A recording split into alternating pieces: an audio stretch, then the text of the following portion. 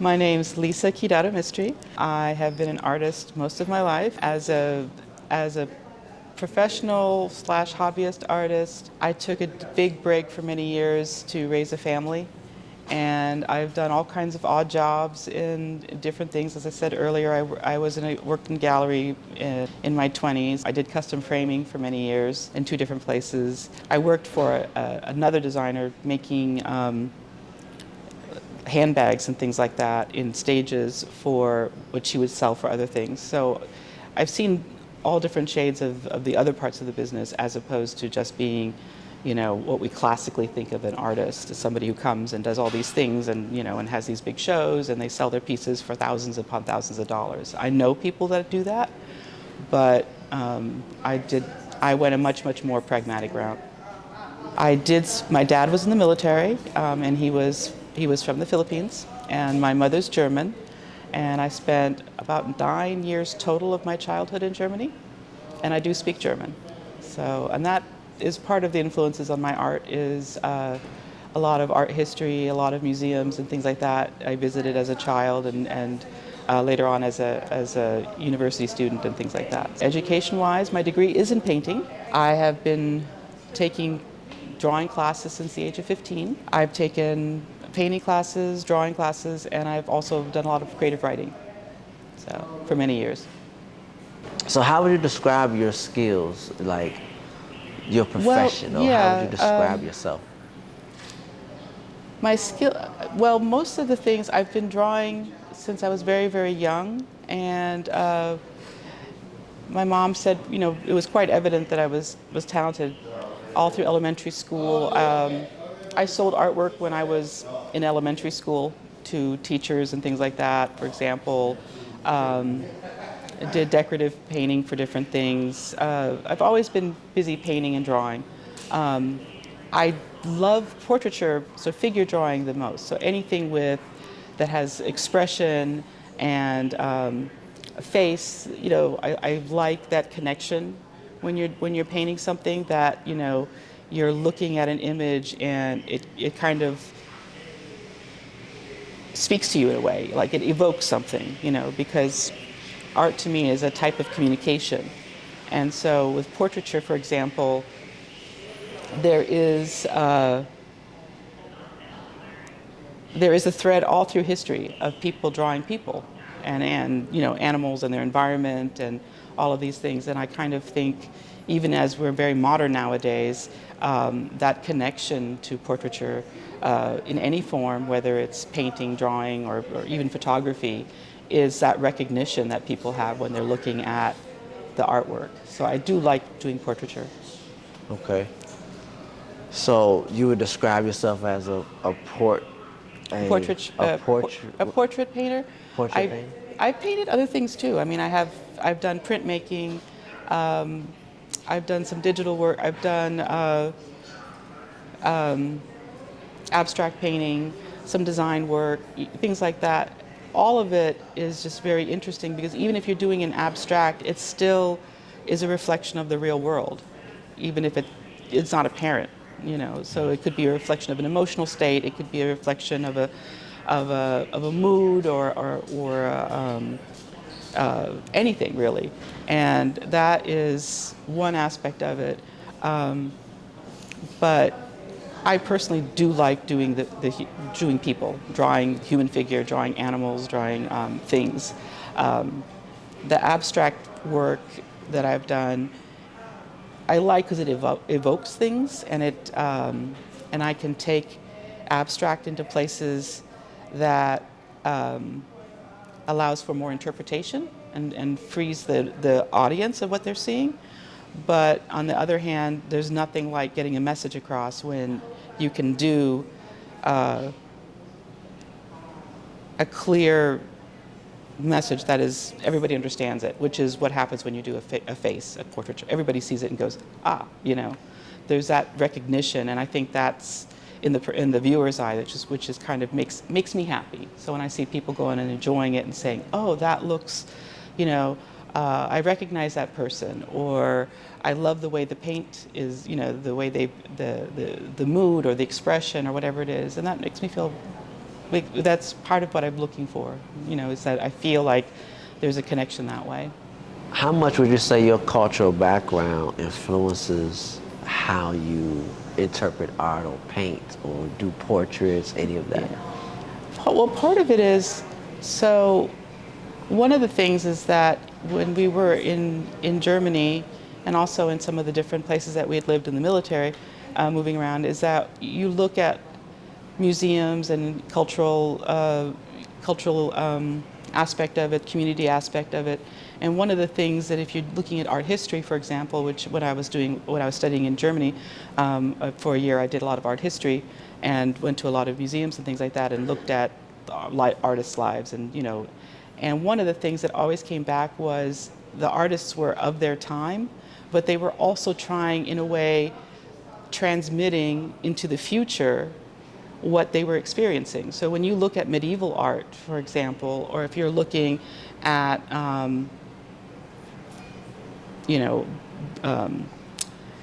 sculpture from Neolithic times, for example, and you see, if you're looking at like a pot or a vessel that somebody had made, and there's still fingerprints of a person that lived years, tens of thousands of years ago. You can see from cave paintings, for example, in Europe, that the interest in showing your environment and showing the people and showing the animals that are around you is a very old impulse.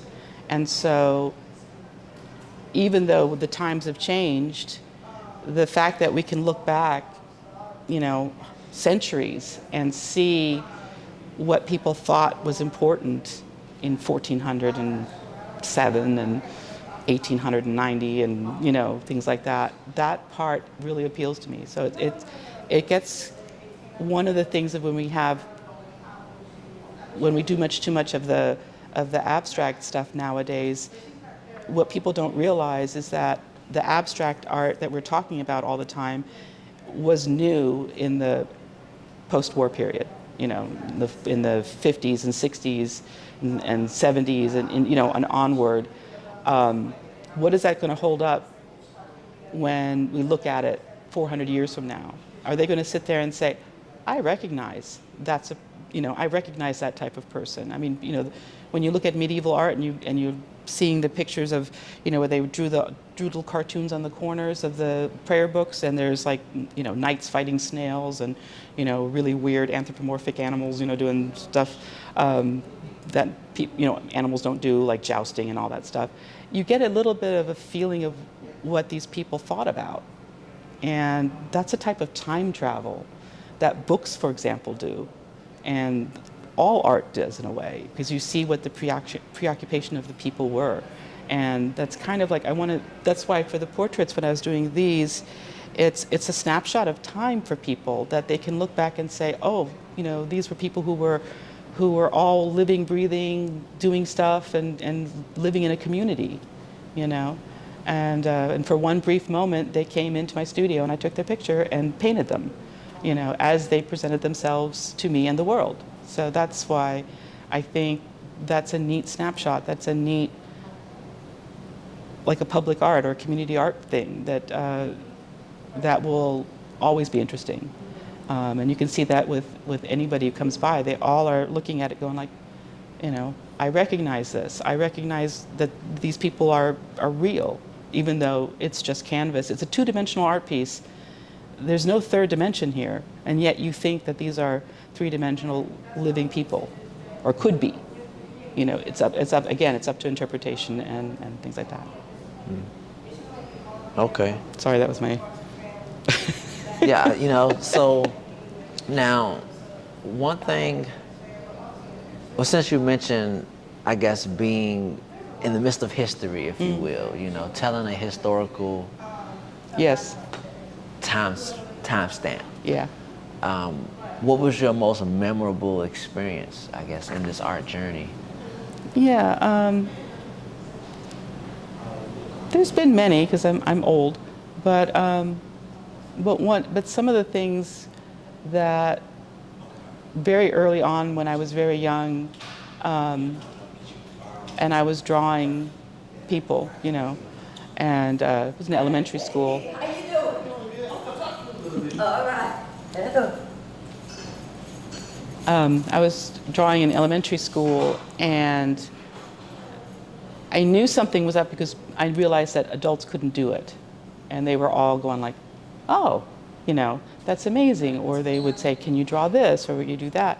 And so when I was in elementary school, they started a program called Special Art. And what they did was they took a few children, and we got to have a very free sort of creative lab environment where we would go into a fully stocked art room. There was an art teacher there, and we could do what we needed to do or wanted to do. And we made all these art projects, and some of them were collaborative. So there was 5 of us in the class, and in that group, and some of the kids that, for example, had music.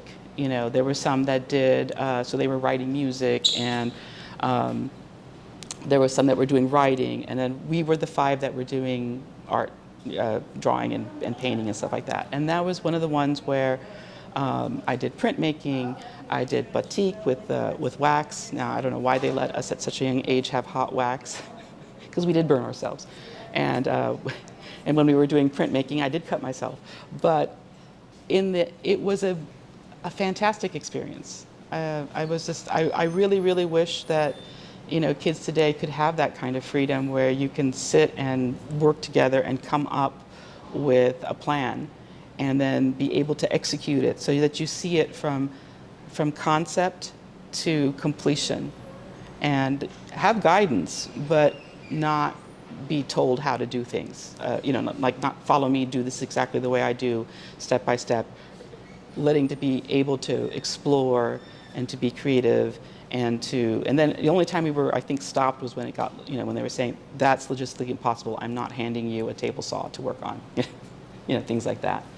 Another one was when I was helping to make sets and costumes. That was also really interesting because every time it was a challenge. It was kind of like, I don't know if you know the television show Chopped, where the chefs have like all these crazy ingredients and then they make a dinner out of it, and 3 entrees. When you're working and doing something like that, where you're making props or you're trying to solve problems, when you have deadlines and it's a group of you guys, a group of artists, and you're coming together saying like, how do we make a Parisian cafe with the Eiffel Tower in the background? How do we do? And we have cardboard.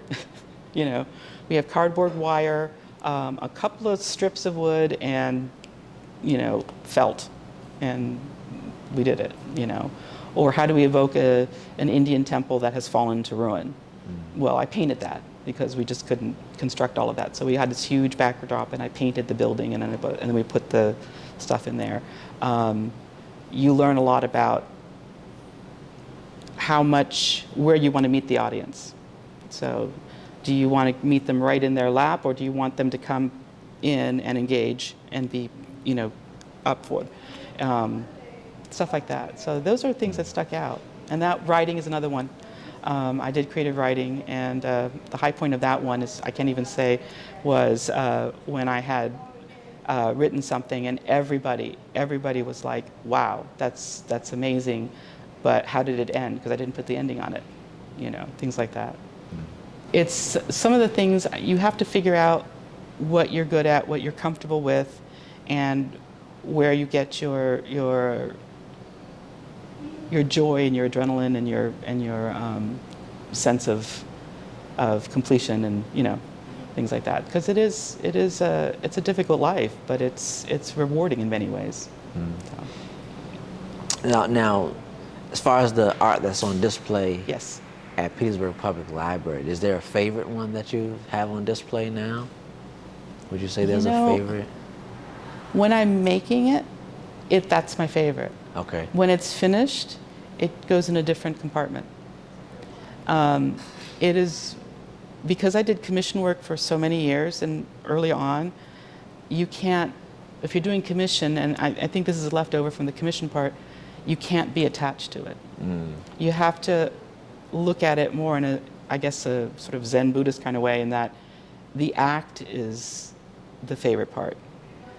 when it reaches its completion, when you feel like, okay, I'm done, I'm setting down my paintbrush, it's complete, your attitude and the way you view it changes. And sometimes when I complete an artwork, it becomes a product or a thing, and then my mind's already working on the next, what am I doing next? And you have to have that kind of mindset, because if you think of everything as a precious child, you'll never let it go. And part of being an artist is also conceiving it, making it, whatever, and then when it's completed, when you are finished with it, you let it go. So I loved working on a lot of them for all different reasons, and I can tell you each one what was my favorite part of it. Gotcha. And because the artwork that is not my favorite, I will work and change it and make it. I won't sit there and go, it's okay. I will say, okay, that's a lessons learned. Let's go on. Let's keep moving. So. Okay. What does it mean to you to have your art on display at Petersburg Public Library? It means a lot, actually, because it's out in the public. It's not sitting in a closet. It's not sitting in a box. For many years, it was in a box. Especially, after with COVID and everything, we packed everything up, and then I became sick, and then it was in storage for a while. So I took it back out again, and I feel like being on display, where people can see it and interact with it, is actually what's important with it. I've always felt like it should have, especially the portraits of Petersburg, I've always felt that they should have been in public environment so that people can see it and can interact with it. It's not, I think it would be, except for the people who bought their own portraits and they can do whatever they like with that, for them, that viewing that art in their home or wherever they put it that's also a thing for it. But here, having it out in the public, it is, I really do like public art. I really do like the fact that it can reach more people, and it can bring an audience to it that would not have seen it, would not have interacted with it, and maybe there's someone who's inspired by it. Maybe there's someone who can sit there and say, I want to do that, much like how when I was younger, going to museums and going to galleries, or when I was working, in different places, I always look at the art. Like that, I'm always drawn to what people have. And I'm always trying to analyze and think about these things, and because art is a reflection of the artist and also the community and the people around it. And so a library is a great venue for something like that, because it also shows you, especially local artists, how they perceive their world, and you can see, whatever they produce. You see a little timestamp or snapshot of what it's like here, and a library, just by its very existence, is that way. And so I think it's a great way of centering the arts and bringing public art, because when you're doing a gallery, there's a commercial gallery, there's a lot of pressure to sell. And that means you have to find your target audience.